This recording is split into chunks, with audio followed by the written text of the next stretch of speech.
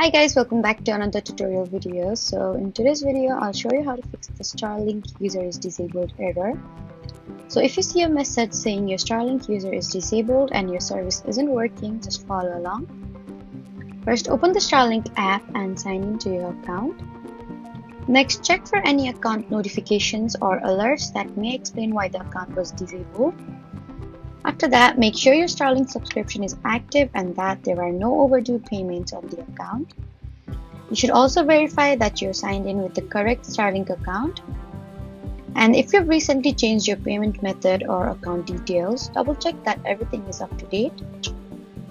Next, restart your Starlink system by unplugging the router, wait about 30 seconds and plugging it back in. You can also try signing out of the Starlink app and then signing back in.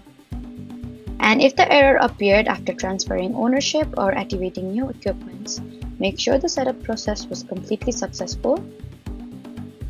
And if the account is still showing disabled, you'll need to contact Starlink support through the app or website, as account restrictions usually cannot be removed by the user. So those are the best ways to fix the Starlink user is disabled error. Don't forget to like, comment, and subscribe for more helpful tutorials. Thank you for watching.